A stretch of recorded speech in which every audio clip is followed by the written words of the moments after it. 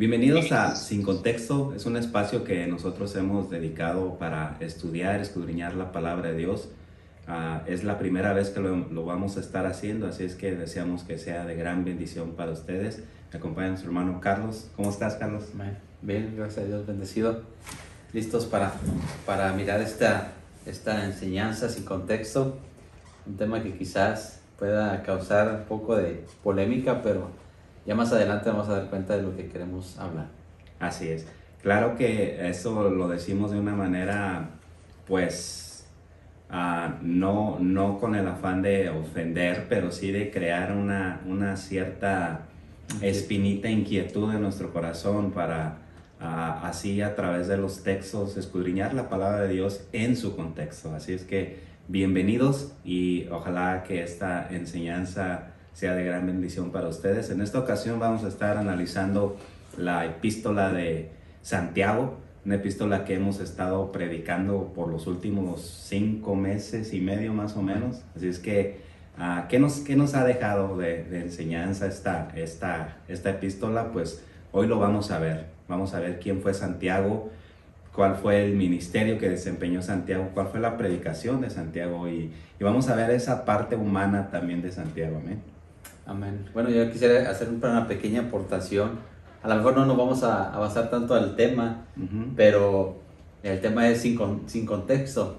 Pero no podríamos, ahora sí que si no tenemos un contexto de lo que vamos a hablar, pues realmente no podríamos hacer este video, no podríamos hablar porque tanto necesitamos el contexto para poder hablar de lo que Santiago hablaba y más de lo que es una enseñanza muy práctica que nos habla también en nuestro contexto, en nuestro diario vivir, en nuestra manera de vivir. Los consejos que nos da son muy prácticos.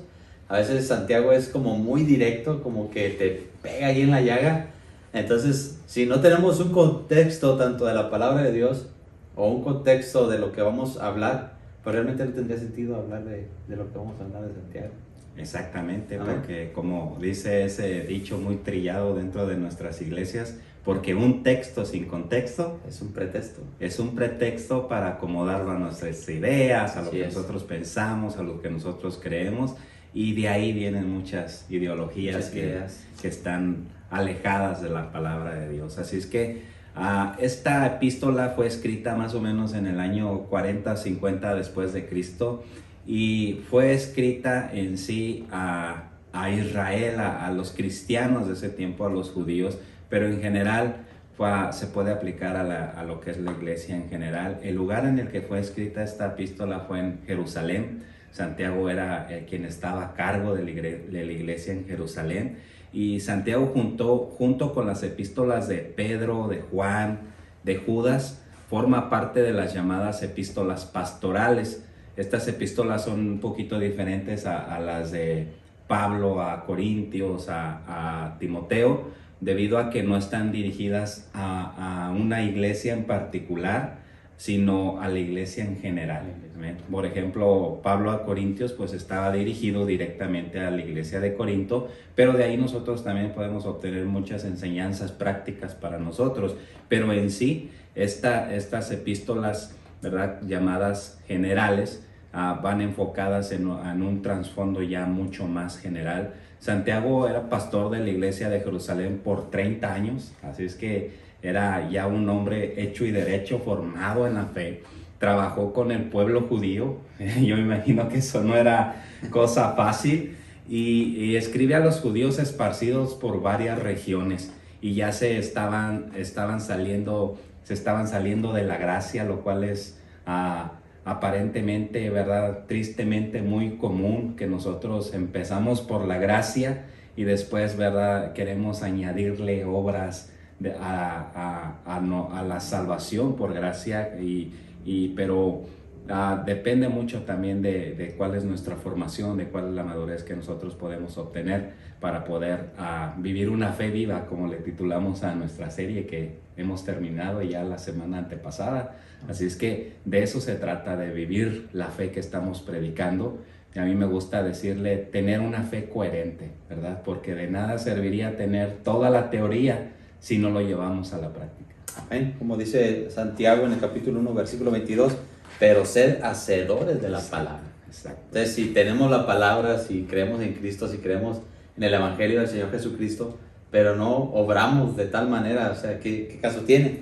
Dice el versículo 22, pero sed hacedores de la palabra y no tan solamente oidores, engañándonos a nosotros mismos. Y volvemos a caer al tema. Entonces, si no tenemos un contexto, nos estamos engañando a nosotros mismos, queriendo referir un texto solamente a lo que yo pienso, a lo que yo creo, a lo que me imagino que es. Nos podríamos estar engañando a nosotros mismos. Y no nada más a nosotros mismos, sino a los que enseñamos, a los que quizás les compartimos la palabra de Dios. Pero sí, Santiago es muy directo, es un pastor muy práctico. Yo creo que nos hace falta en esas enseñanzas, porque no cualquier predicador se atreve a enseñar esas cosas. Hey, vas a tener padecimientos. Hey, el sufrimiento no es una posibilidad, el sufrimiento es una garantía. Como que pocos pastores no quieren hablar de esos temas prácticos porque piensan que la gente se va a dañar, se va a sentir, se va a agüitar, se van a ir. Pero es algo necesario, es algo muy práctico para nuestra vida, es algo que, como dice nuestro hermano Diego, fue escrito para la iglesia en general, no solamente para los judíos, no solamente para las 12 tribus, sino para ahora y toda la iglesia. Y conforme fuimos viendo todas esas enseñanzas de Santiago, cómo fue hablándonos paso a paso en nuestra vida, en cada forma de nuestra vida, cómo Santiago fue muy práctico en declararnos cada palabra de esas. Claro. La razón principal por la cual se escribió este libro fue por causa de los cristianos que dependían demasiado de la fe y no tocaban nada de la práctica. Y es decir, de las obras de la fe, ¿verdad?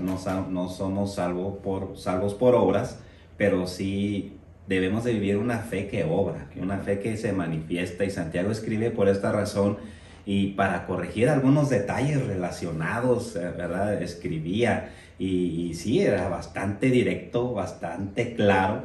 Ahora sí que no dejaba nada a la imaginación, no se podía malinterpretar o sacar de contexto las palabras de Santiago, porque iba directamente al punto principal.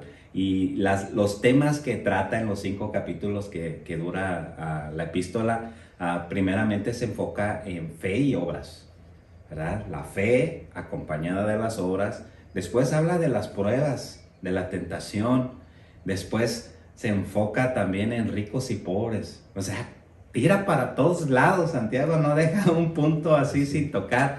Y después pues habla de la lengua, el capítulo 3, ¿verdad? Un capítulo bastante complicado, bastante difícil. Uno quisiera hablar en cuanto al chisme, de la murmuración, y ya para el siguiente domingo que ya no haya ningún problema de esos, pero verdad que es un reto para todos nosotros hablar de estas cosas, que sinceramente algo que nos lleva a las predicaciones positivas es hablar de esos textos que muchas de las veces nosotros, si nos pusieran a nosotros decidir, obviamente le sacaríamos la vuelta por lo conflictivos. Y termina, ¿verdad?, tocando el tema de la paciencia, aguantar con paciencia hasta la venida del Señor.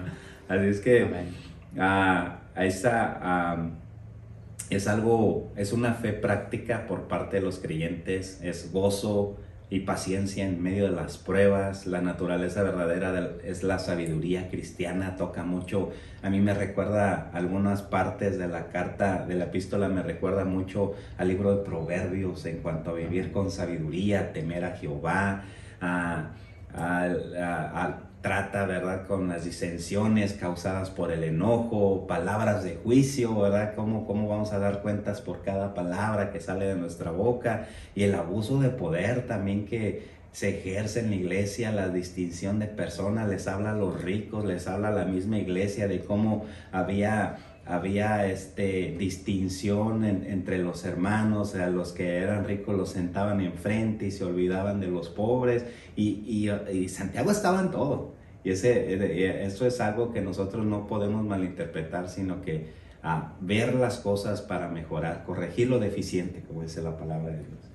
Sí, yo creo que Santiago, aunque a veces era muy directo, muy práctico, a veces pues a nadie le gusta que nos digan nuestros errores y nuestros horrores, pero yo creo que Santiago te hablaba directamente o nos habla directamente, pero siempre como que te dice, hey, en Cristo hay una respuesta. Como al final de la carta que dice, hey, no murmuréis, hey, no esto, no lo otro, pero te dice oración. Hay que ir en oración al Señor, el Señor nos va a dar sabiduría. De hecho, creo, si no me equivoco, es en el capítulo 1 o 2, donde dice, si alguien tiene necesidad de sabiduría, pídala a Dios. Y luego también se dice, si hay algún afligido, si hay algún enfermo entre vosotros, haga oración, cante alabanzas, llame a los ancianos de la iglesia para que oren por él. Siempre nos miraba el lado fuerte de que van a venir circunstancias muy difíciles, pero siempre nos daba como, hey, aquí está el Señor para ayudarte. Yo creo que la experiencia que vivió Santiago, porque ahora hablando un poquito de quién era Santiago, el medio hermano del Señor Jesucristo, yo creo que él tuvo una experiencia no solamente cuando fue el discípulo que caminó con el Señor, sino en el mismo hogar. En el mismo hogar, ver a su hermano mayor, cómo actuaba, cómo vivía, lo que hacía, el ejemplo que él le daba. Aunque al principio él no creía que él era el Cristo, no creía que él era Dios, pero conforme él conoció muchos detalles del Señor Jesús, y yo creo que al hablarnos de esas cosas prácticas en nuestra vida, decía, pues yo pude ver este ejemplo de Jesús cuando estábamos en la casa, cuando vivíamos, cuando estuvimos con nuestra, en la casa con la familia, yo miré estos detalles de Jesús, estos ejemplos de Jesús, y por eso siempre, aunque nos da el lado fuerte, quizás de problemas, de pruebas, de luchas, de dificultades, pero siempre nos trae esa respuesta al Señor. Y como dices tú, es muy similar a Proverbios, porque le habla cosas prácticas, directas, no solamente para la iglesia, sino para la familia, sino en el medio que nos relacionamos, ¿sí? Entonces es algo un consejo muy bueno de parte de Santiago. Aunque muy pocos quisieran escucharlo, llevamos 6 meses casi queriendo compartir esto, y yo creo que nos faltó mucho más, sí, tanto aprender como compartir. Si le dedicáramos más tiempo, yo creo que nos pasaríamos más de 6 meses queriendo extender más esta enseñanza de Santiago. Así es, y sí, yo creo que viéndolo por el lado natural, el lado de la hermandad, ¿verdad?, de Santiago con Jesús, pues para Santiago tal vez no era fácil, ¿verdad?, vivir con Dios, como su hermano, o sea, Dios mismo, el Hijo de Dios, nuestro Señor Jesucristo, ¿verdad? Era algo que tal vez lo choqueaba, lo afectó en alguna ocasión, ¿verdad? Porque él mismo en un principio dudaba de su propio hermano. Así es que si alguien nos puede hablar de fe, es Santiago. Y me llama la atención de un predicador que dice, si tú quieres saber algo de una persona, o saber los trapitos sucios de una persona, pregúntale a su hermano menor. Y él te va a decir lo que es y cómo es en la casa. Pero Santiago, que era su hermano menor, él no tenía nada que decir de Jesús. Exacto. De hecho, en el capítulo 1, en el versículo 1, dice, Santiago, siervo de Dios y del Señor Jesucristo. Así. O sea, él tenía un gran ejemplo de Jesús. Lo está reconociendo. Lo está reconociendo quién era él. Es que, ¿cómo nosotros podemos leer la epístola de Santiago? Aparentemente es muy directa, es muy clara, pero no sé si a ti te pasó a la hora de estudiar para presentar una exposición de la epístola. A mí me costó mucho trabajo, porque en sí eran textos que no eran muy difíciles de entender, pero a la hora de desarrollarlos, para mí personalmente fue un reto.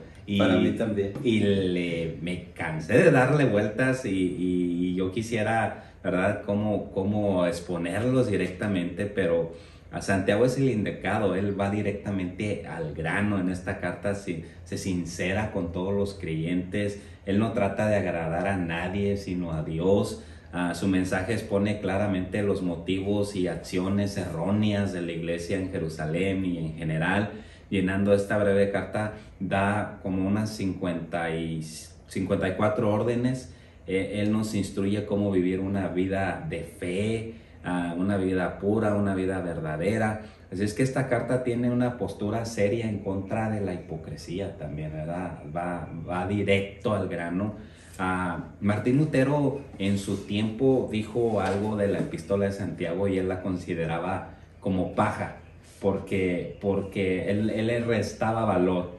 Pero antes de juzgar a Lutero, ¿verdad? No, tampoco queremos defenderlo, pero él fue hijo de su tiempo y el tiempo en el que Lutero estaba desarrollándose en el año de 1517, él estaba abriendo lo que ahora nosotros conocemos como el tiempo de la Reforma Protestante, ¿verdad? Cuando la iglesia reformada se separó de la iglesia católica y lo que estaba disputándose en ese tiempo, ¿verdad? Era la salvación por fe, la salvación por gracia por medio de la fe. La iglesia católica sí cree que son salvos por gracia, pero le añaden obras a esta salvación.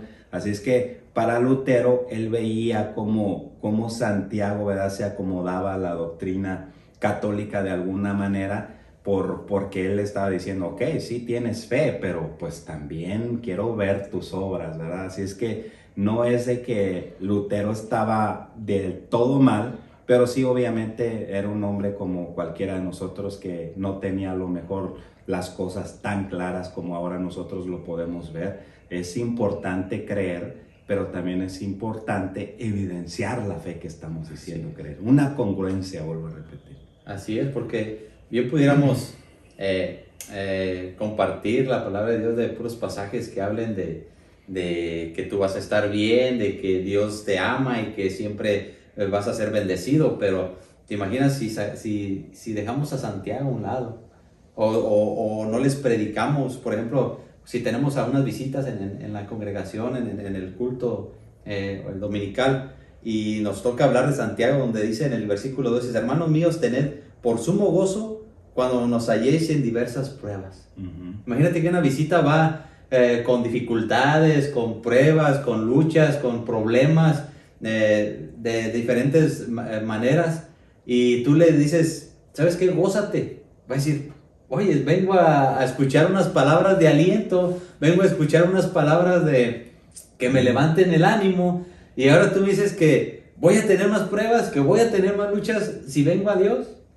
Pero es necesario que prediquemos el texto sin sacarlo de su contexto. Exactamente. A final de cuentas, la palabra de Dios siempre va a enseñar, a redarguir, a corregir, a inspirar, a animarte, a levantarte, pero siempre te va a hablar la verdad. Entonces no podemos hacerlo a un lado, estas palabras. Así es. Por eso es muy importante, ¿verdad? Volvemos a repetir, predicar la palabra de Dios en su contexto, porque obviamente el predicar la palabra de Dios fuera de su contexto creo que nos ha hecho mucho daño.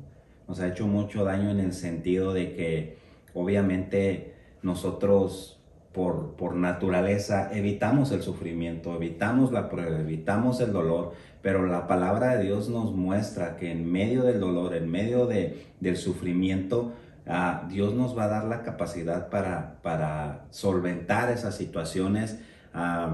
La palabra de Dios nos dice que si nuestra fe no tiene obras, es una fe que en sí está muerta, no produce nada, pero creo que nosotros debemos activar en esa cuestión de que hay veces que no todo nos va a salir bien, hay veces que vamos a batallar, pero en medio de esa situación difícil es que Dios se quiere manifestar y quiere glorificarse. Amén. Porque es fácil ser hacedores de la palabra cuando todo está bien, cuando no hay problemas, cuando no hay dificultades. Es fácil ayudar al prójimo cuando tienes una buena solvencia. Es fácil cuando tienes tiempo para ir a visitar. Es fácil todo eso. Pero qué tal que cuando caes quizás en alguna enfermedad, como pasamos algunos de nosotros, o quizás cuando la escasez, o cuando quizás el problema familiar o la dificultad, no es fácil hacer la palabra, pero Santiago dice, sean hacedores ahí, que se vea el fruto, que se vea el agradecimiento por lo que Dios ha hecho con nosotros, que se vea su fe, que su fe no sea solamente cuando estén bien, cuando les está yendo bien, cuando todo está bien, sino que la fe realmente saque su realidad o su firmeza en medio de las pruebas. Así es. La parte que también nosotros tratamos en el transcurso de la exposición de esta epístola fue que me llamó mucho la atención, fue en el capítulo 2 ya había parcialidad en la iglesia, ya había distinciones, ya había favoritismos, ¿verdad? Pareciera que la Biblia se escribió el día de ayer, ¿verdad? ¿En cuántas iglesias, no aquí, ¿verdad? Pero en otros lugares, podemos ver cierto favoritismo, podemos ver cierto trato especial a unas cuantas personas? Y la palabra de Dios nos dice que eso lo está condenando prácticamente Santiago aquí.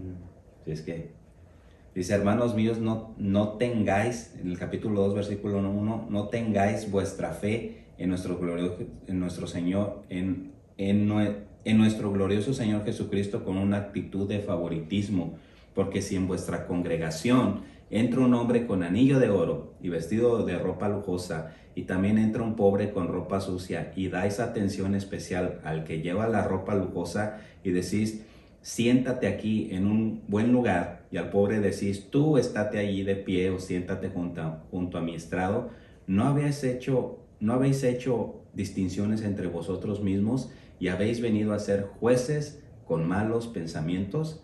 Hermanos míos, amados, escuchad, ¿no escogió Dios a los pobres de este mundo para ser ricos en fe y herederos del reino que Él prometió a los que le aman? Pero vosotros habéis menospreciado al pobre. No son los ricos los que os oprimen y personalmente os arrastran a los tribunales. ¿No blasfeman ellos el buen nombre por el cual habéis sido llamados? Si en verdad cumplís la ley real conforme a la Escritura, amarás a tu prójimo como a ti mismo, bien hacéis. Es que había problemitas en la iglesia, había distinción para los ricos, se les decía, bueno, tú vemos que traes ropa lujosa, anillo, vienes bien, traes un carro último modelo, si estuviéramos en nuestro tiempo, pues siéntese aquí enfrente, ¿qué necesita? Le ofrecemos agua. Y si llegaba una persona humilde, ¿verdad? No querían que estuvieran las sillas de enfrente, sino los sentaban en un rincón o prácticamente ponte aquí debajo de mis pies, ¿verdad? Y Santiago condena esta parte, condena el pecado de la parcialidad. Y creo que como no solamente en la congregación, sino nos habla en todo nuestro contexto siendo afuera, porque por eso digo que Santiago es muy práctico ahora en nuestros tiempos también, y estas palabras fue escrita para nosotros, porque a veces hacemos esa parcialidad o hacemos esa separación en nuestra comunidad. A veces queremos ir a predicarles quizás a los que en un área donde se mira más o menos, quizás donde no hay mucho hombre, donde se ven personas que a nuestra comodidad podemos llegar a ellos, o que quizás no nos vayan a incomodar, ¿sí? Pero Santiago nos hace, no hagan distinción de personas, no solamente en la congregación, sino donde quiera que nos relacionamos, donde quiera que estemos, porque nosotros no sabemos lo que Dios puede hacer con aquella persona, que quizás para nosotros no fuera tan importante. Santiago reprende y reprueba eso, pero para Dios es importante. Así es. Para Dios es importante, pero estos hombres hacían esa grande diferencia. Miraban a los ricos, no, tú pásale para acá, tú sí traes el billete grande, tú sí vas a dejar algo aquí, pásale, siéntete aquí, y al pobre, no, tú, a ver, siéntate por ahí, por donde puedas.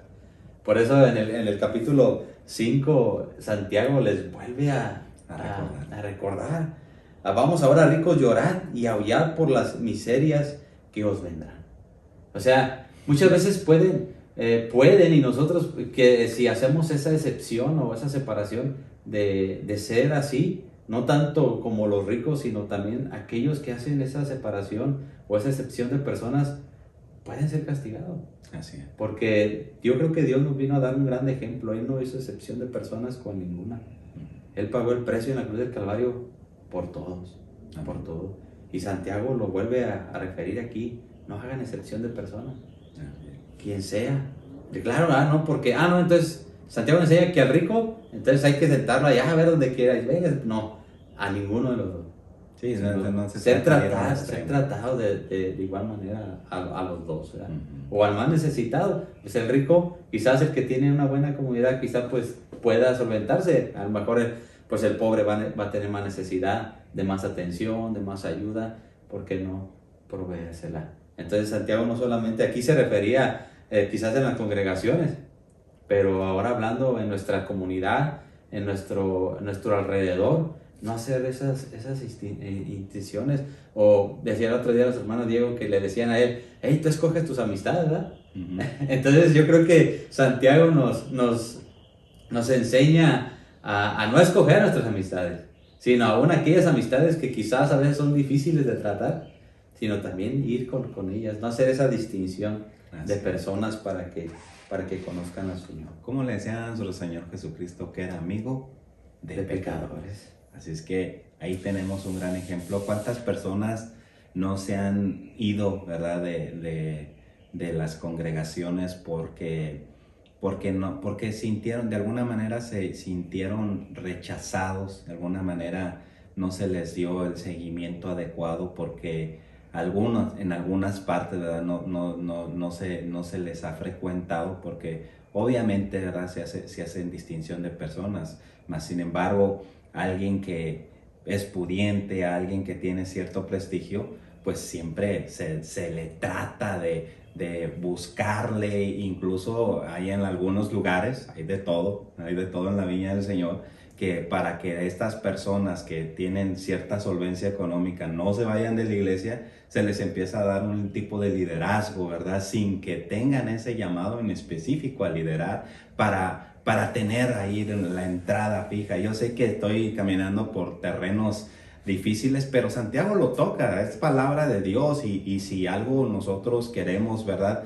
Es hablar en el contexto. Y es una realidad, o sea, también nos sirve para nosotros mirarlo, y no caer en ese error, pero también nos sirve para enseñarlo, porque esa es una grande realidad. ¿Por qué no se detiene aquel hermano humilde que quizás muy pocas veces ofrenda o quizás muy pocas veces puede dar su diezmo quizás por lo que sea? ¿Por qué no se le detiene? ¿Por qué no se le da un ministerio? Entonces, no solamente se daña a la persona que quizás tiene una buena solvencia en decirle, oh no, tú tienes ministerio, con tal de que no se vaya de ese lugar. Porque se está dañando, se le está haciendo creer que él tiene un ministerio, pero realmente las intenciones son como hacían estos hombres. Oh, tú ven y siéntate aquí en la primera fila, pero realmente no lo mereces. No mereces sentarte en la primera fila. Así es. Y se daña a esa persona también.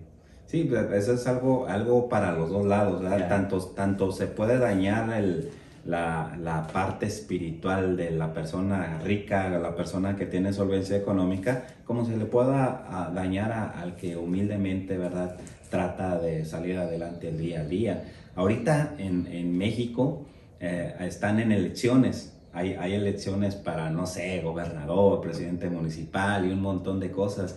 Y hay algo que me ha llamado mucho la atención. Ojalá no me quiero desviar mucho del tema, pero sí como que me molesta un poquito hasta cierto punto cómo la iglesia se ha ido inmiscuida en ciertas campañas políticas y obviamente, ¿verdad? Yo sé que ustedes no me la van a creer, yo sé que ¿cómo van a decir? ¿Cómo puede existir eso? Pero hay políticos que no son honestos, ¿verdad? Yo sé que es increíble, yo sé que no pasa, pero ¿cómo la iglesia se puede prestar a ese tipo de situaciones? Se les otorga las principales sillas en algunos lugares, ¿verdad? En algunas congregaciones hasta se les otorga, ¿verdad?, el micrófono para que den un tipo de mensaje. Este tipo de cosas también lo podemos aplicar a ese contexto, de que cómo se hace distinción de personas. Si esa persona no fuera política, si esa persona no tuviera un estatus, ¿verdad?, sobre los demás, obviamente no tuviera voz ni tuviera voto. Pero esto es algo para que nosotros debemos de pensar y tener cuidado y no caer en ese error, ¿no? De cómo hacían estos hombres. Así es. de hacer esa separación.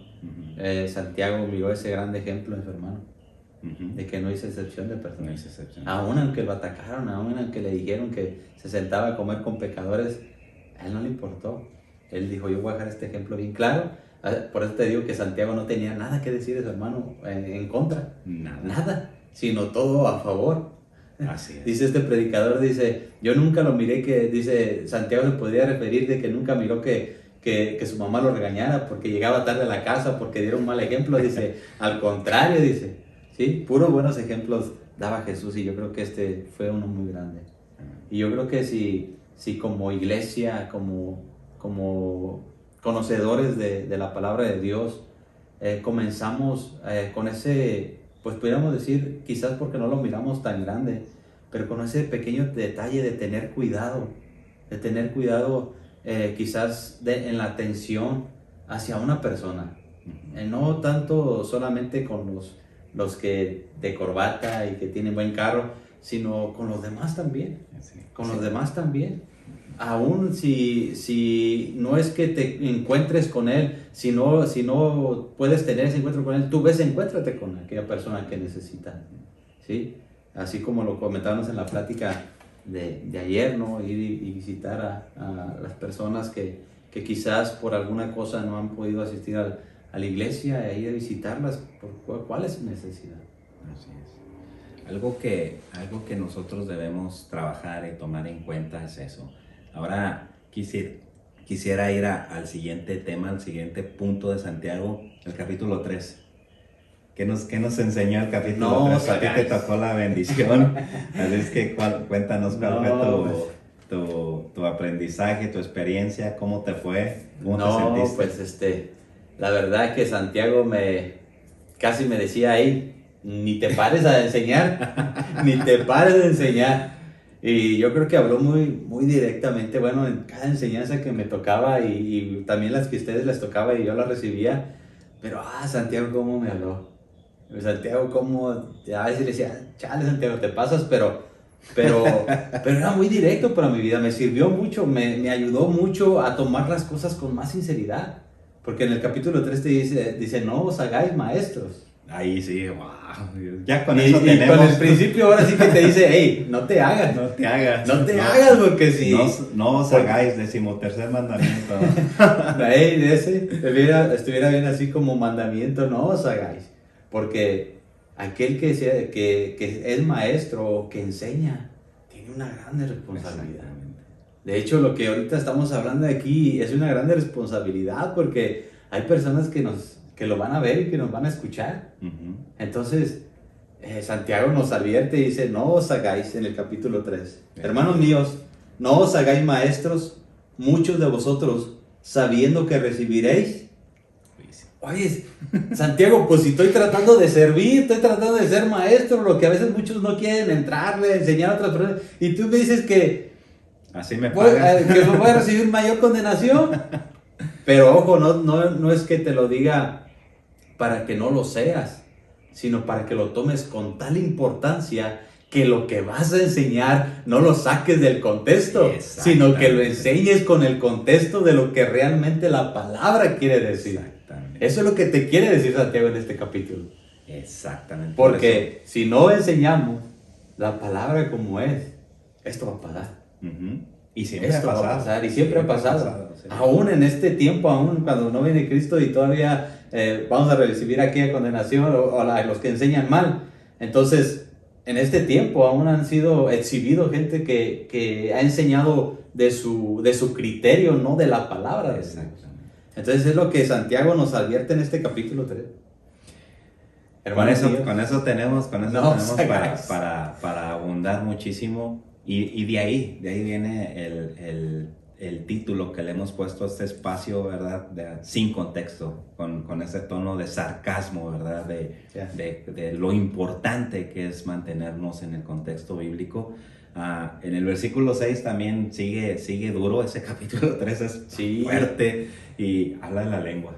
La lengua, que es un fuego.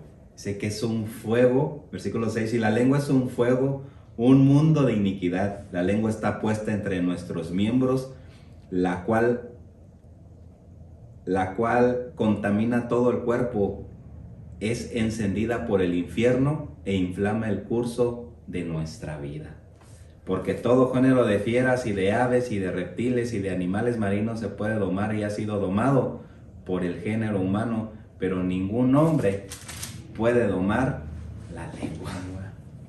Imagínate, lo compara, ¿verdad?, con un incendio que no se puede controlar, lo compara como un animal feroz, salvaje, que no, ¿verdad?, que el hombre puede domar un animal, pero no puede domar ese miembro, ¿verdad?, tan poderoso que es la lengua. Y como lo compartía ya en esa enseñanza, necesitamos ese freno en nuestra lengua. Así es. Que cuando vayamos a hablar, o que quizás cuando estás pasando por una situación bajo presión, no hables por hablar, no ofendas, que las palabras salgan con ese coraje, o que no hables por hablar la palabra de Dios nomás por decir, para que sepan que sí sé, voy a dar esta explicación, siendo que nada tiene que ver. Debemos de tener mucho cuidado con nuestra lengua y poner ese freno, pero nosotros no vamos a poder. No. Dice que es algo que no se ha podido controlar, no se ha podido domar. Entonces, ¿qué necesitamos? Necesitamos a ese capitán que va tomando ese timón para dirigirnos, que es Cristo Jesús en nuestra vida. Así es. Porque si no tenemos a Cristo en nuestra vida, difícilmente vamos a poder controlar ese miembro que puede encender todo un pueblo. Así es. Que puede hacer grandes destrozos. Puede existir en nosotros ese sentimiento de querer defendernos ante una acusación, una falsa acusación, ¿verdad? En este tiempo se aboga mucho por la libertad, por querer defenderte, por tus derechos, pero la palabra de Dios nos enseña, ¿verdad?, esta cuestión de que yo lo puedo ver de esta manera, y siempre lo he dicho: si no va a sumar mi comentario, si no va a edificar, ¿verdad?, por mucha verdad que traiga detrás, pues es mejor guardárnoslos. Y si en alguna ocasión nos hemos sentido ofendidos, nos hemos sentido lastimados, pues más mejor o más bien es aguantar el oprobio, perdonar la falta, y para no aumentar, ¿verdad?, la situación. Hay personas que dicen: no, es que yo soy muy directo, yo soy muy franco, es que yo soy así. Pero si lo que vas a decir va a ocasionar un daño mayor de lo que tú estás sintiendo en ese momento, pues es mejor dejar las cosas así, para que ese fuego no se riegue por todos lados. ¿Cuántas veces por decir lo que pensamos o lo que sentimos nos hemos ocasionado muchos problemas, ¿verdad? Por eso es muy importante, ¿verdad?, tener mucho cuidado de lo que vamos a decir, mucho cuidado de lo que vamos a hablar. Me viene a la mente algo curioso, chistoso, que nos pasó al terminar un servicio. Íbamos a tener una comida, no sé si fuiste tú o si fui yo, que les dije a los hermanos, queriéndoles decir que no se fueran, que se quedaran, les dijimos: ¿fuiste tú? Fuimos los dos. Fui yo. ¿Qué les dijiste? Hermanos, no se vayan a quedar. En vez de decirle no se vayan, hermanos, dije: no se vayan a quedar. Todos voltearon a verme porque se prendieron: ay, el hermano ya no está corriendo, ¿qué? ¿Te fijas cómo hasta en ese sencillo que no controlas tu lengua? Ajá. Bueno, yo no sé si te ha pasado a ti, pero sí. A mí me ha pasado en varias ocasiones. La otra vez en un primo a un primo le dije, en vez de decirle, él me dijo: hey, después te traigo tu regalo, te festejado un cumpleaños. Y le dije: oh, no te preocupes, yo sé que tú nunca traes regalo. En vez de decirle: yo sé que tú siempre traes un regalo. Pero, o sea, no, sin control, o sea, hablar por hablar. A veces por querer apresurarte a decir algo, puedes hablar algo que quizás a lo mejor en ese momento se vio como algo de broma, pero ya aquella persona como que: caray, me lo habrá querido decir en serio. Pero debemos de tener ese control. ¿Qué dice el proverbio coloquial, no bíblico? Que en boca cerrada no entran. Algunas de las que andan por aquí. Es que es mejor, ¿verdad?, evitar cualquier tipo de discusión inútil, porque en la misma palabra de Dios nos dice que evitemos las discusiones inútiles que no llevan a ningún lado. Yeah. Porque Santiago nos da también un buen ejemplo y nos dice: porque con nuestra boca bendecimos, pero también maldecimos. Dice: de una misma boca pueden salir, de una misma boca procede bendición, maldición. Hermanos míos, esto no debe ser así. Entonces Santiago nos habla en varias áreas. Entonces cuando realmente a veces vamos y glorificamos al Señor en el culto, o en nuestra casa cantamos, alabamos, por las mañanas oramos y decimos: Señor, tú eres grande, tú eres santo, tú eres esto, pero nos encontramos en una situación complicada en la calle, no sé, cualquier situación, y nos quiere salir el viejo hombre, y quizás aquella persona no se escuchó, pero quizás lo dijimos porque llevamos el vidrio arriba y no nos escuchó, pero ya salió de tu boca. Ya salió. Entonces, por nuestra boca procede bendición, pero también maldición, y dice Santiago: hermanos, esto no puede ser así. Así es, y nos engañamos a nosotros mismos, ¿verdad? Queriendo aparentar algo que realmente no es. Es algo que yo creo que redarguye cuando, por ejemplo, si el otro día yo te platicaba una situación que pasé, no sé si recuerdas. Oh, sí. Pero qué bonito que cuando Dios viene y quizás te pone ese freno y te quebranta y te dice: hey, pasaste esta situación tal día, y ahora es día de servicio, ahora es día de que vas a ir a adorarme. ¿Cómo vas a llegar? Exacto. Es cuando allí uno se quebranta y viene en arrepentimiento al Señor y le dice: Señor, ¿sabes qué? Perdóname. Amén. Entonces esa experiencia te sirve para que para la otra pongas todo en las manos de Dios, y Dios pueda poner ese frenar tu boca para no herir, para no dañar, para no maldecir, sino que siempre, donde quiera que vayamos, si vamos a dar un consejo, con eso bendigamos también a Dios. Amén. Que si vamos si alguna persona tiene un problema con otra persona, las palabras que salgan, el consejo que salga de nuestra boca sea para bendición de la persona, pero que con la actitud que ella tome por lo que tú le dijiste, bendigan a Dios. Bendigan a Dios. Entonces, es un tema, yo creo que muy fuerte, pero ya no voy a hablar más porque no quiero caer en ese error. Entonces me voy a pasar lo que dice Santiago. Entonces pasemos al siguiente tema si gusta. Y el control de la lengua obviamente va de la mano con la sabiduría, ¿verdad? Esto es fruto de alguien que sabe andar en sabiduría. Dice el versículo 17 del capítulo 3: pero la sabiduría de lo alto es primeramente pura, después pacífica, amable, condescendiente, llena de misericordia y de buenos frutos, ¿verdad? Aquí estamos hablando de dar fruto de la fe que tenemos, sin vacilación, sin hipocresía. Y la semilla cuyo fruto es la justicia se siembra en paz por aquellos que hacen la paz. Así es que esto es algo de sabios, esto es algo de entendidos. Me gustó cómo nos dijiste que nos aterrizaste, ¿verdad? Mostraste esto de que yo también batallo, yo también he tenido situaciones en las cuales he hablado lo que no debo, y aquí no se trata de aparentar, ¿verdad?, lo que no somos, sino decirte, hermano, todos nosotros hemos batallado y quizás estamos batallando con algún asunto de nuestra vida en la cual hablamos lo que no debemos en alguna ocasión, pero esto es algo que nosotros debemos actuar y atacar con la sabiduría de Dios, no la sabiduría terrenal, como dice Santiago, que es animal, diabólica y hay, ¿verdad? Pero sino con la sabiduría que viene de Dios, con la sabiduría que viene de lo alto. El versículo 4 trata de guerras, de pleitos, así que vamos de los incendios que hacen las lenguas a las guerras, a los pleitos. Antes de entrar al capítulo 4, yo creo que por eso en el capítulo 1 creo que es cuando dice Santiago que si alguien tiene necesidad de sabiduría o alguien desea sabiduría, pídala a Dios. Sabiduría que viene del cielo, que viene de lo alto. ¿Por qué?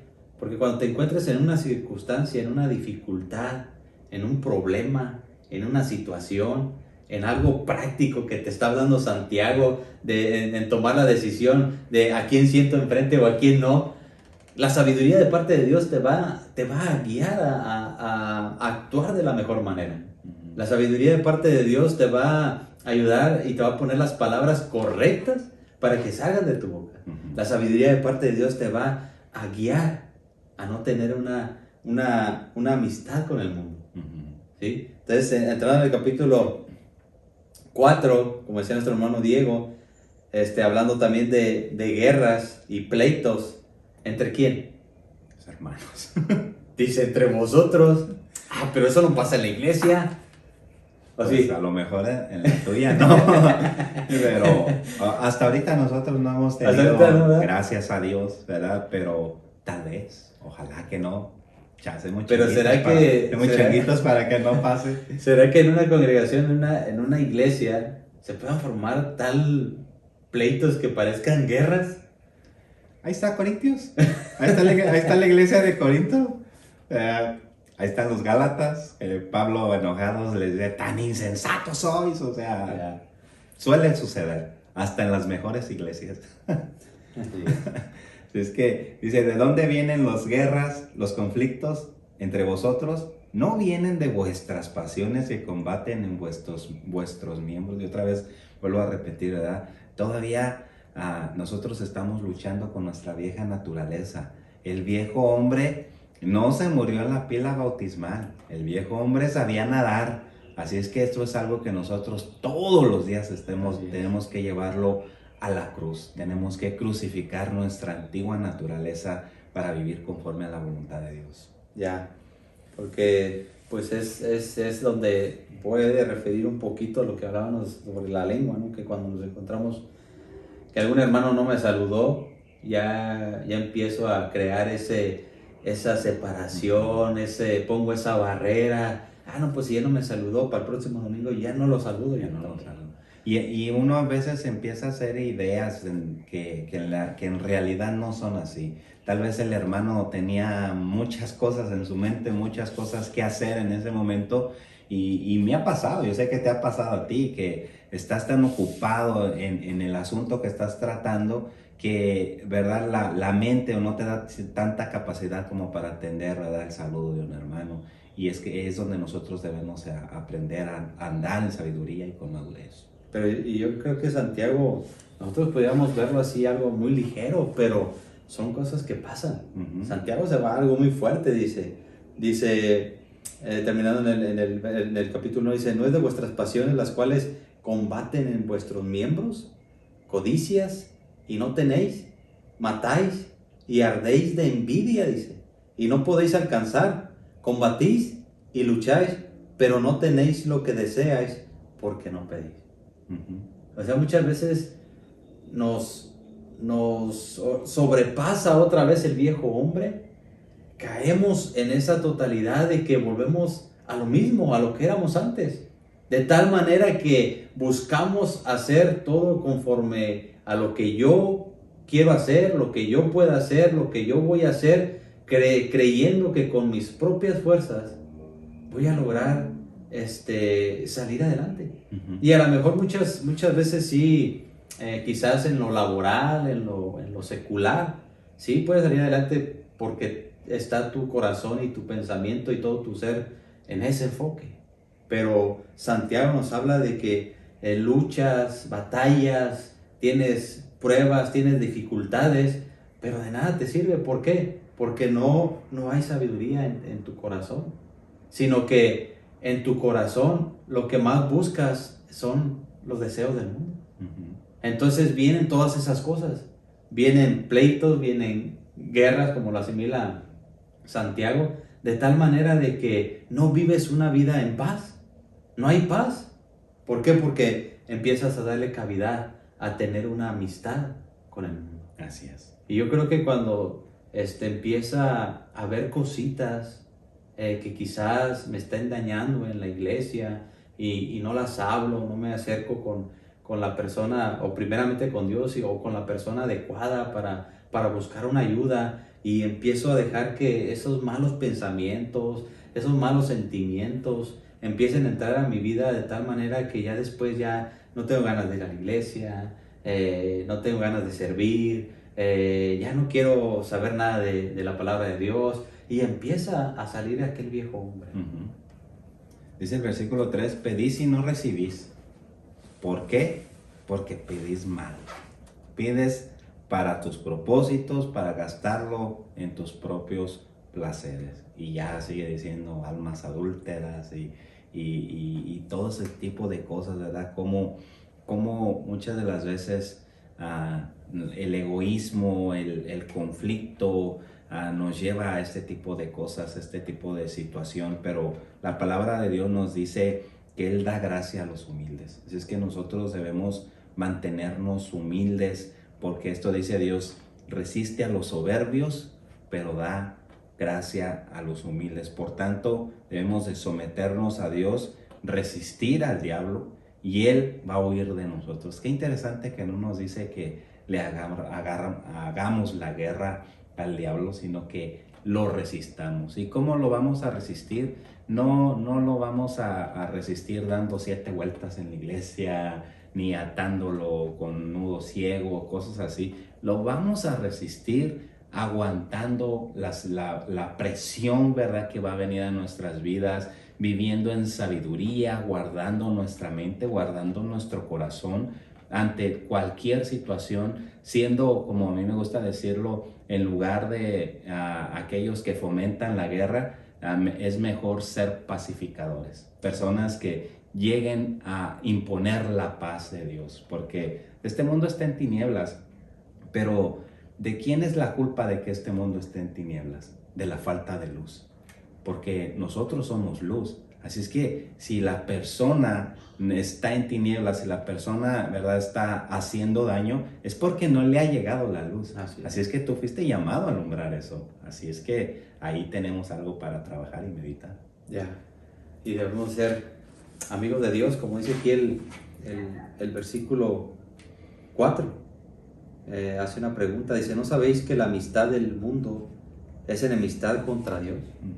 Entonces, si tú eres luz, si tú eres amigo de Dios, yo creo que lo que Dios ha puesto en nuestras vidas debe de brillar, pero no guardarlo. Tenemos que salir a predicarlo, a enseñarlo, a compartirlo con las personas, para que las personas puedan ver esa luz de Jesús predicándoles la palabra, ¿sí? Porque sigue diciendo, dice, pues que quiera ser amigo del mundo se constituye enemigo de Dios.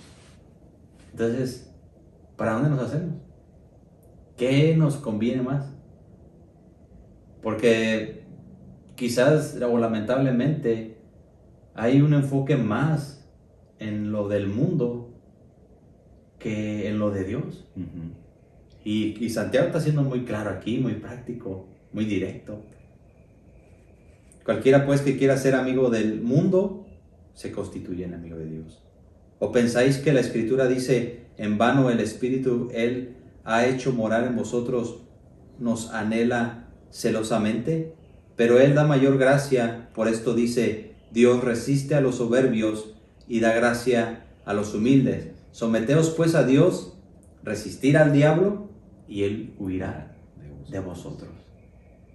No tengamos miedo. Caminemos siempre con el Señor Jesucristo. Van a venir tentaciones, van a venir pruebas, como nos decía Santiago desde el principio, van a venir luchas, van a venir dificultades, pero no te sueltes de la mano de Dios. Amén. No te sueltes de la mano de Dios. Amén. Porque siendo amigos del mundo, la llevamos de perder y de perder. Así es. Y con Cristo sí van a venir todas estas cosas, pero va a venir la respuesta de parte de Dios. Va a venir la ayuda del Señor. Siempre. Amén. Acercaos a Dios y Él se acercará a vosotros. Pecadores, limpiad las manos, y vosotros, los de doble ánimo, purificad vuestros corazones. Afligidos, y lamentad y llorad. Vuestra risa se convertirá en lloro, y vuestro gozo en tristeza. Humillaos delante del Señor, y Él os exaltará. Humillaos delante del Señor, y Él os exaltará. Tenemos una gran esperanza en el Señor. Amén. Tenemos una gran esperanza en Cristo Jesús. Amén, claro que sí. Necesitamos mantenernos humildes, porque nuestro Señor Jesucristo, si algo tuvo, ¿verdad?, dentro de todas tantas cosas que nos demostró, fue su humildad, fue su corazón, fue su amor por todos. Es que el versículo 11 nos habla acerca de la murmuración también. Hermanos, no habléis mal los unos de los otros. El que habla mal de un hermano o os juzga a su hermano, habla mal de la ley y juzga la ley. Pero si juzgas a la ley, no eres cumplidor de la ley, sino juez de ella. Ningún juez en esta tierra, por muy honesto, por muy bueno que sea, juzga justamente. El único que puede juzgar justamente es Dios. Así es que, hermanos, no nos tomemos, ¿verdad?, las posiciones o el papel que no nos corresponde. Dejemos todo a Dios. Ahora, podemos juzgar con justo juicio conforme a la palabra de Dios. Hay ciertas situaciones, hay ciertas acciones de ciertas personas que deben de ser analizadas, ¿verdad? Pero no poniéndonos en el papel de Dios, ¿verdad? Nosotros tenemos que aprender a discernir lo bueno de lo malo y también se ha sacado de su contexto eso, ¿verdad? De no juzgues. O sea, estás viendo una situación, estás viendo una violación a la ley de Dios, a la doctrina, y siempre, ¿verdad?, reaccionamos diciendo, no juzgues, el hermano va a dar cuentas, ok, pero si nosotros se está comprometiendo nuestra fe, si se está comprometiendo nuestro andar con Dios por el mal actuar de un líder o de un hermano, entonces nosotros, la palabra de Dios nos dice que analicemos, ¿verdad?, que juzguemos con justo juicio conforme a la palabra de Dios, y entonces ya podemos tomar una decisión. Ya, no es juzgar para condenar. Exacto. Porque solamente Dios puede tomar una determinación, sino que se juzga para ver la situación, para poder ayudar, para poder ver qué se puede hacer en esa situación. Así es. Para analizar las cosas y poder ayudar y poder salir adelante, no para tomar una determinación y juzgar ¿cómo se dice? Y poder castigar a una persona, ¿no? Sino para poder analizar las cosas. Es la manera que Pablo nos enseñaba también. Hay que juzgar para analizar las cosas, para saber cómo resolver los problemas. Si no, ¿cómo nos vamos a dar? Si no hablamos esas cosas o esas situaciones difíciles, ¿cómo vamos a hallar una solución al problema? ¿O cómo vamos a poder ayudar al hermano que quizás está actuando de alguna manera que no es correcta? Tenemos que analizar y tenemos que juzgar con justo juicio las cosas que podemos ayudar para que se resuelvan. Amén. Amén. El mismo Pablo nos muestra, ¿verdad?, que si nuestro hermano peca contra nosotros, nos dice que vayamos, ¿verdad?, y personalmente ve con tu hermano, y que si te oyere tu hermano, dice que has ganado a tu hermano. O sea que nosotros podemos de alguna manera confrontar ciertas acciones, pero hacerlo de la manera bíblica, ¿verdad?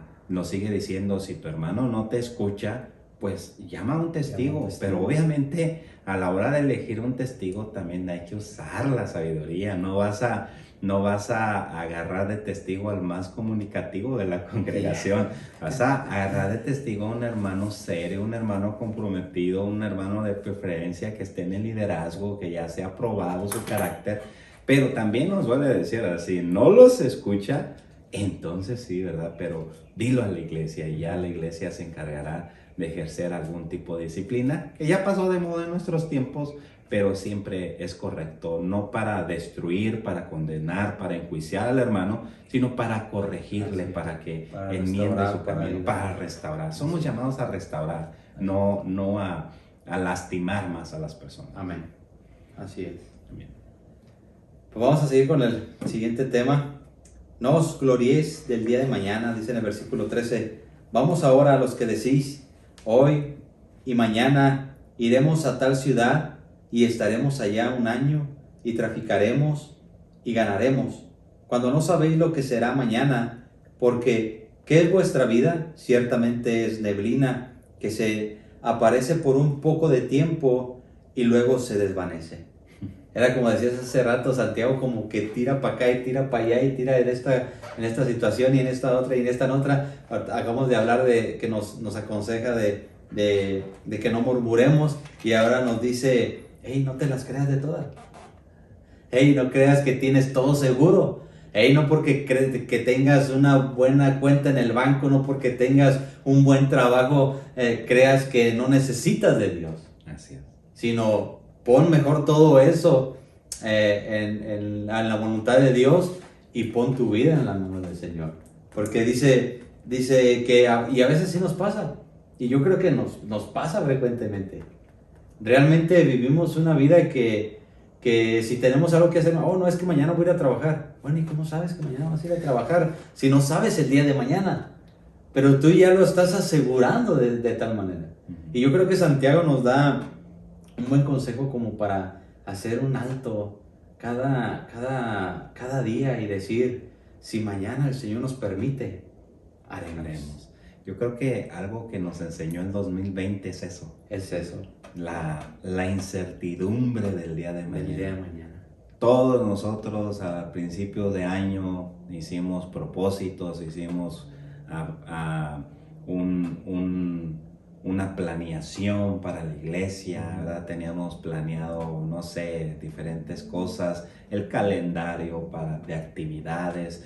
Nosotros ya habíamos tenido una reunión para nuestro campamento distrital de señores. Recuerdo que venía del área de Los Ángeles de esa reunión y me dice mi esposa, ¿sabes qué? Ya se cerró todo. Y veníamos, ¿verdad?, de planear un campamento que se iba a dar en el mes de octubre, pero es eso, ¿verdad? Obviamente sí es bueno organizarse. La misma palabra de Dios nos muestra de que un hombre que va a construir una torre tiene que sentarse y calcular el gasto y todo eso, pero no debemos también, ¿verdad?, de pensar siempre si el Señor quiere. Así es. Y creo que el Señor nos demostró el año pasado y el Señor no quiso muchas cosas que nosotros ya nos habíamos adelantado a su plan y a su propósito. Y yo creo que también Santiago de alguna manera nos aconseja para no, como dice un hermano, para no creernos de todas. Uh-huh. De que hay mucha gente que quizás no sirve al Señor porque dice, no, ya que termine mi carrera, ya que me gradué, entonces sí voy a empezar a servir al Señor. O bueno, ya voy a empezar a ir a la iglesia, voy a empezar a congregarme, ya que alcance este objetivo, ya que alcance esta meta. Uh-huh. Y Santiago nos dice, no sabéis qué es nuestra vida. Exacto. Es como neblina. Y el hubiera, ahora sí que, como dice el dicho, el hubiera no existe. No existe. El IVA sí. El IVA sí existe en México y yo creo que es un poquito alto. Y nadie se escapa de él. Y nadie se escapa de él. Pero esa es la palabra de muchas personas. Uh-huh. Si yo hubiera entregado mi vida al Señor hace años. Pero debemos de tomar esto en cuenta. El tiempo es ahora. Así es. La decisión es ahora. El servir al Señor es con todo nuestro corazón es hoy. Porque el día de mañana no lo sabemos. Nuestra vida es como neblina, que ahorita la vemos y en ese mismo ratito ya no está. Y así es nuestra vida. Entonces, yo creo que Santiago en el correr de su carta nos ha enseñado de que sirvamos al Señor con todo nuestro corazón. Que a pesar de las pruebas, de las luchas, de dificultades, de todo lo que venga, no nos soltemos de la mano de Él. Amén. Sino que caminemos con Él, le sirvamos a Él. Sigue diciendo en el 15, dice, en lugar de lo cual deberías decir, si el Señor quiere, viviremos y haremos esto y aquello. Pero no solamente decirlo, sentirlo. Señor, pues es que realmente así es. Yo creo que como dices tú, el 2020 nos enseñó todo eso. ¿Cuánta gente no tenía sus planes, sus propósitos, sus metas ya ellos formadas por años, diciendo, no, a tal año voy a hacer esto, tales años vamos a hacer esto? Y muchas de esas personas ya no están. Sí. Entonces, cuando tomamos esa decisión o que venimos al Señor, mira Señor, estos serían mis planes, pero mejor los pongo en tus planes. Amén. Y si tú me los permites llevarlo en tus planes, Señor, adelante, que sea tu voluntad. Pero no enfocarnos en nuestras fuerzas, en nuestra posibilidad de que, yo voy a lograr tal año o en tantos años, en ciertos años. Hay una persona que me dice, no, pues en este año yo quiero lograr esto. Pero como que la capta y dice, bueno, si Dios me lo permite. Y es que así es, nosotros podemos de alguna manera planear muchas cosas. Uh-huh. De hecho, el planear esto que ahora hicimos aquí, si el Señor no lo hubiera permitido, aunque nosotros nos hubiéramos organizado meses antes, no lo hubiéramos podido hacer. pero gracias a la misericordia del Señor que nos permite hacerlo. Amén. Es bueno usar esta palabra y siempre decirlo con todo nuestro corazón: Señor, si tú nos lo permites. Amén. Iremos allá, haremos esto, podremos hacer esto, si tú nos lo permites. Y es la mejor decisión. Porque si lo ponemos a la mano del Señor y el Señor nos lo permite y el Señor nos ayuda, pidiendo la ayuda del Señor, yo creo que las cosas van a salir bien. Claro, salen mejor. Salen mejor. Mucho mejor. Así es. El capítulo 5 nos habla también de esa confianza falsa que muchas veces depositamos en las riquezas, ¿verdad? Dice: oíd ahora, ricos, llorad y aullad por las miserias que vienen sobre vosotros. Aquí, ¿verdad?, hay algún tipo de dicotomía, ¿verdad? ¿Cómo los ricos van a experimentar miseria?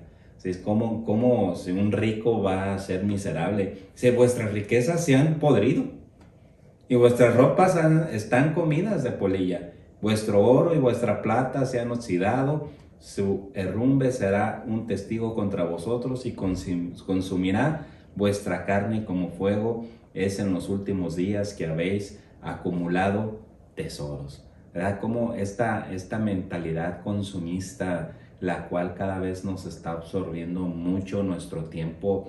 Pero la palabra de Dios también nos muestra que nosotros debemos de confiar en Dios, obviamente a trabajar, obviamente a organizarnos y administrarnos de la mejor manera, perdón, para que nos rinda mucho más lo que Dios nos provee, pero que nuestra confianza no esté en nuestras riquezas, que nuestra confianza dependa, ¿verdad?, 100% de nuestro Señor. Dice el versículo 5: habéis vivido lujosamente sobre la tierra y habéis llevado una vida de placer desenfrenado. Habéis engordado vuestros corazones, y no solamente en los corazones, ¿verdad? Ya en este tiempo, pues ha engordado algo más que los corazones. En el día de la matanza habéis condenado y dado muerte al justo. Él no os hace resistencia. Así es que estas son advertencias, ¿verdad?, también para no depositar nuestra confianza en las riquezas que son vanas. Este país ha experimentado diferentes recesiones, crisis económicas, y nos hemos dado cuenta de que de un día para otro, de la noche a la mañana, las personas pueden tenerlo todo. Y si su confianza estaba en eso todo que tenían, ¿verdad?, prácticamente pierden las ganas de vivir. Pero si nuestra confianza está puesta en nuestro Señor Jesucristo, estamos bien. Estamos completos en nuestro Señor Jesucristo. No nos hace falta nada. Él lo pagó todo por nosotros. Así es, porque a veces yo creo que Santiago nos habla muy claramente de no poner nuestra confianza en las riquezas. Y como decías tú, quizás en este país hay mucha solvencia. Hay mucha solvencia, y por la cual, como hay mucha solvencia de comida, económicamente, la persona como que endurece un poquito más su corazón. Sí, que no hay porque a veces no hay esa humildad, no hay esa necesidad de buscar a Dios. Yo esto lo puedo ver, lo miré muchas veces en México, cómo allá la gente te recibe la palabra, te escucha, porque tiene una necesidad, un hambre de algo que les traiga paz, pero aquí en este país yo he mirado que a veces se busca más como: tengo buen trabajo, como sé que mañana voy a trabajar y sé que el fin de semana voy a agarrar mi cheque y voy a alcanzar a pagar mis deudas. No tengo necesidad. Buscar a Dios en otro tiempo, quizás cuando me encuentre en una situación difícil. Y yo hace ya algunos años, me pegó muy fuerte este versículo en Apocalipsis 3:17 al 18, y yo creo que a veces son palabras que se pueden usar en algunas personas. Dice: porque tú dices, yo soy rico y me he enriquecido y me he engordado, como decía en Santiago, y me he enriquecido y de ninguna cosa tengo necesidad. Y luego sigue diciendo: y no sabéis que tú eres un desventurado, miserable, pobre, ciego y desnudo. Nada más. O sea que todo lo que podamos tener o poseer aquí en esta tierra no es nada. No es nada. Así es. Entonces, pongamos nuestra confianza en el Señor Jesucristo. Amén. Y como dices tú, si tenemos a Cristo en nuestra vida, no nos falta nada. Así es. Lo tenemos todo. Con Cristo lo tenemos todo. Sin Cristo no tenemos nada. Nada es nada. Que nada inquiete nuestro corazón. ¿verdad? Que nosotros aprendamos a vivir, como dice el versículo 7, por tanto, hermanos, sed pacientes hasta la venida del Señor. Mirad cómo el labrador espera el fruto precioso de la tierra, siendo paciente en ello hasta que recibe la lluvia temprana y la tardía. Sed también vosotros, nuevamente lo vuelve a repetir, pacientes, fortaleced vuestros corazones, porque la venida del Señor está cerca. Una vez más nos vuelve a recordar, ¿verdad? Aprender a vivir agradecidos. Hermanos, no os quejéis los unos a los otros, para que no seáis juzgados. Mirad, el juez está a las puertas. O sea, ya viene el juicio. Así es que te conviene, me conviene no quejarnos. Hermanos, tomad como ejemplo la paciencia nuevamente, la aflicción, la paciencia y aflicción a los profetas que hablaron en el nombre del Señor. Como esos profetas de Dios, ¿verdad? Predicaron, dieron un mensaje de parte de Dios, y obviamente algunos o casi todos o la mayoría no vieron el fruto de lo que ellos querían ver. Así es que esta enseñanza a mí me tocó mucho, porque les comparto, el próximo lunes estaremos cumpliendo un año como misión, y ciertamente hemos trabajado duro, nos hemos esforzado, a lo mejor no al máximo, pero sí quisiéramos ya empezar a ver algo de fruto, ¿verdad? Pero la misma palabra aquí me confortó a mí. Eso es algo que me da mucho gusto, y le doy gloria a Dios por eso, porque predicando la palabra de Dios, la misma palabra de Dios me da ese consuelo que yo necesito, ¿verdad? Para ser pacientes, para seguir trabajando, para mirar el ejemplo de los profetas y de los apóstoles, que ellos predicaron y sembraron esa semilla con paciencia. Amén. Pero para tener esa paciencia, ¿qué necesitamos? Oración. Amén.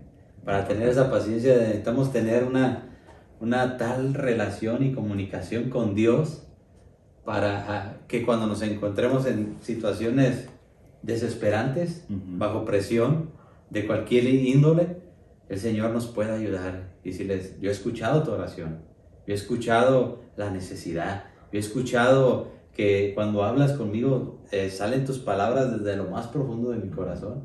Y por eso yo en el versículo 7 en adelante, ser pacientes, dice el título de aquí en la Reina Valera 1960, ser pacientes y orar.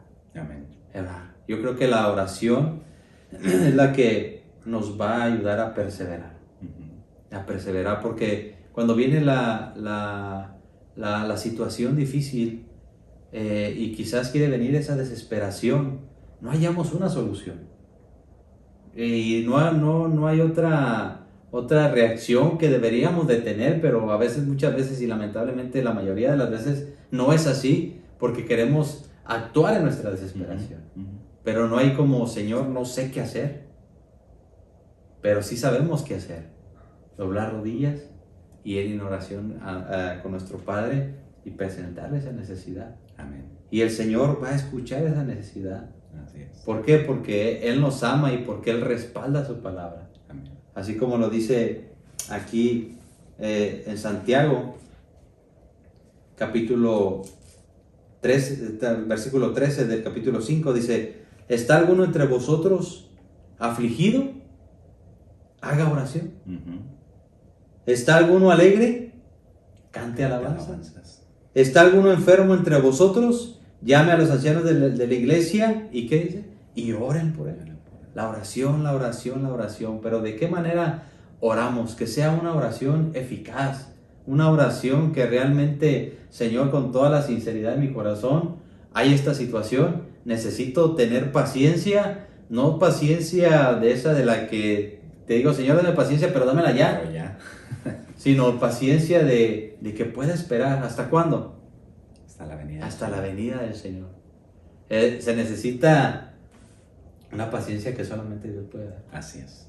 Que solamente Dios puede dar. Es algo que solamente es en dependencia del Espíritu Santo. Ya. La oración de fe dice: restaurará al enfermo y el Señor lo levantará, y si ha cometido pecados, le serán perdonados.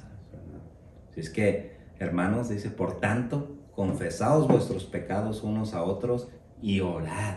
Nuevamente, la importancia de la comunicación con Dios. Orad unos por otros para que seáis sanados.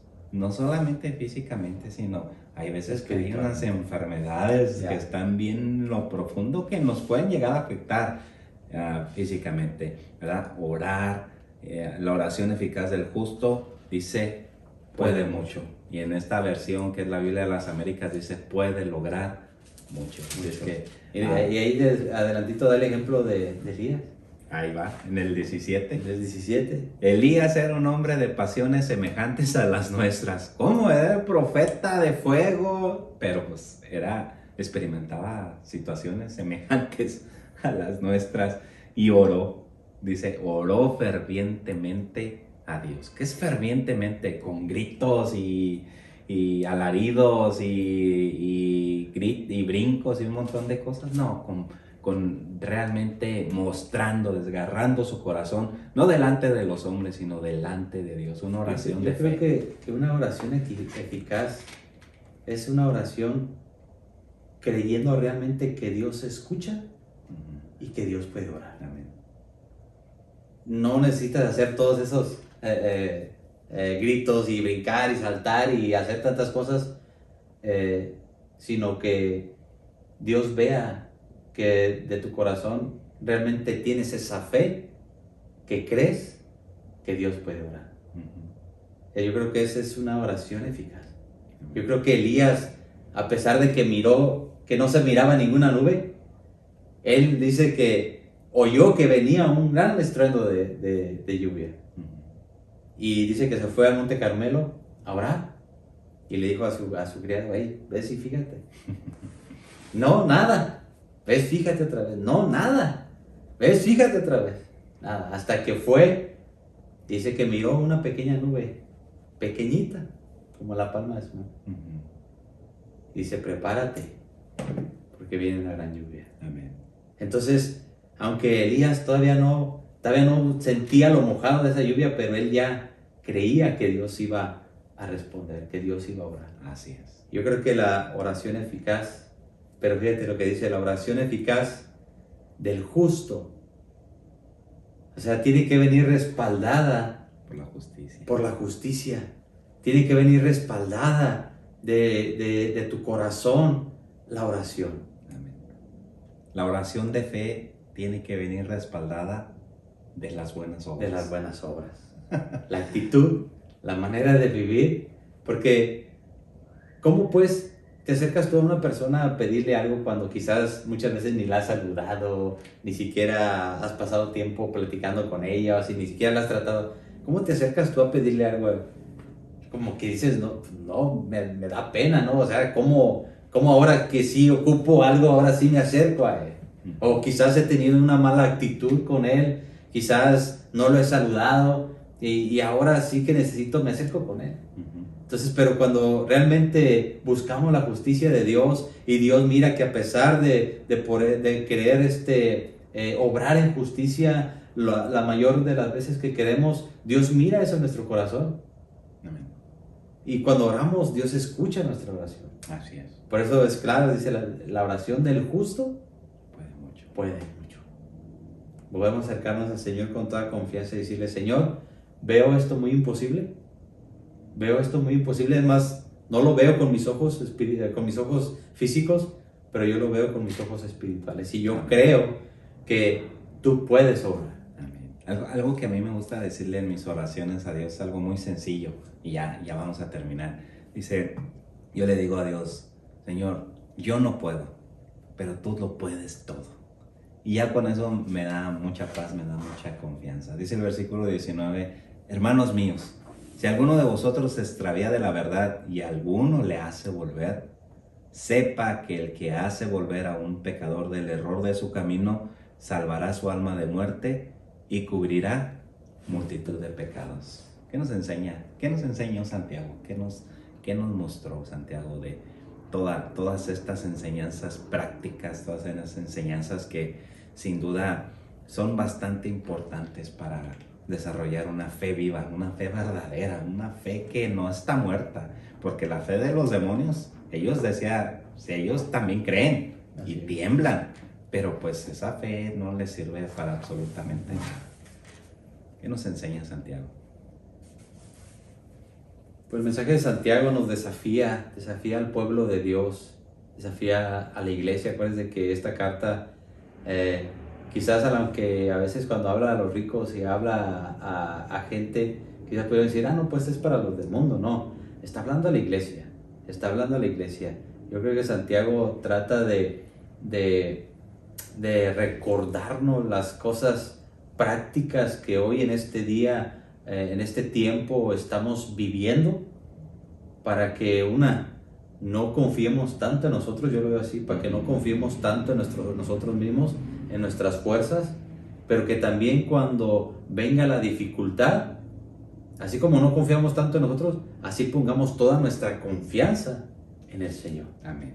Y cuando venga la lucha y la prueba, estar gozosos en Cristo Jesús. Así es. Sabiendo que Él tiene cuidado de nosotros, Él está con nosotros. Amén. Creo que eso es lo que Santiago nos ha enseñado mucho más, pero en cortas palabras puedo decir esto. El mensaje de Santiago desafía al pueblo de Dios a una fe relevante, a una fe congruente con lo que decimos. El evangelio cristiano no es estrecho, sino que hace sus demandas sobre la totalidad de la vida humana.